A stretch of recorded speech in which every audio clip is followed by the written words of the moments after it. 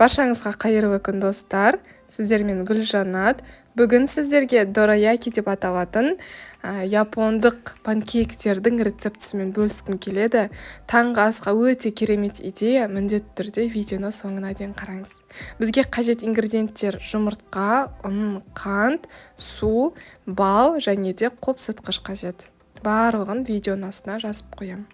Ең алдымен ыдысқа жұмыртқаны саламыз.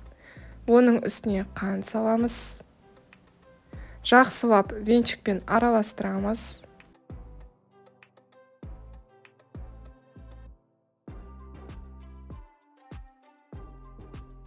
Енді бір шай қасық бал саламыз.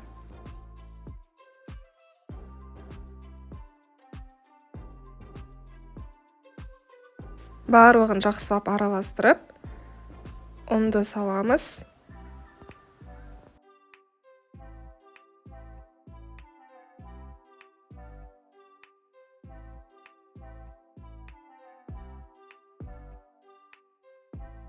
Ең соңында қопсытқыш саламыз. Тағы да жақсылап араластырамыз.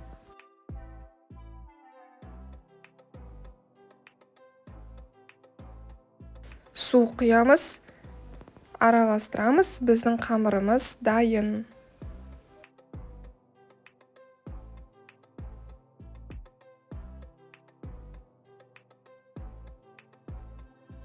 Қамырдың бетін жауып қоюымыз қажет.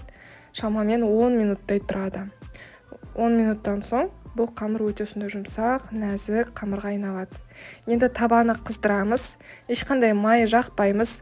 Құрғақ табаға 2 ас қасықтай осы қамырды саламыз. Асты қызарғанша пісіреміз. Қызарған соң осылай аударамыз. Бетінде кішкене тесіктер пайда болады. Бетінде тесіктер пайда болса, бізде панкейк пісті деген сөз. Міндетті түрде құрғақ табаға пісіріңіздер. Оттың асты орташа болып шығып тұр.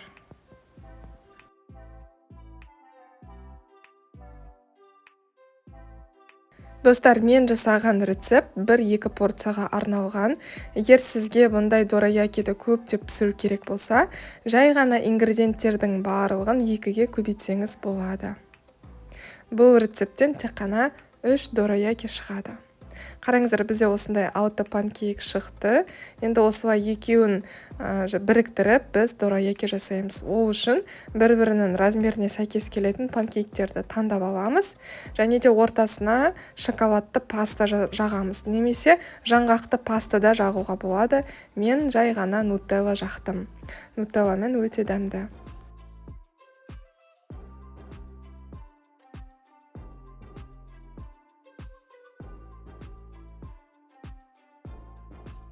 Енді келесі панкейкті үстіне қойып, қолымызбен осылай қысып шығамыз. Бұл жан жағы кішкене өзі сондай жабысқақ болып келеді. Сол себептен де уайымдамаңыздар, міндетті түрде жабысады. Барлық панкейктерді солай жасап шығамыз. Негізі мен сіздерге айтайын, 1-2 дораяки кәдімгідей өте тойымды. Міндетті түрде жасап көріңіздер. Сіздерге ұнайтынына толықтай сенімдімін.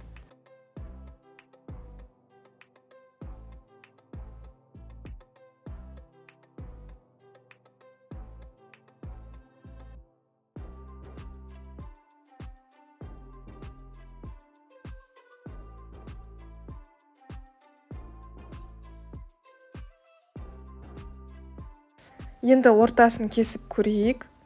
Өте жұмсақ болып кесіледі.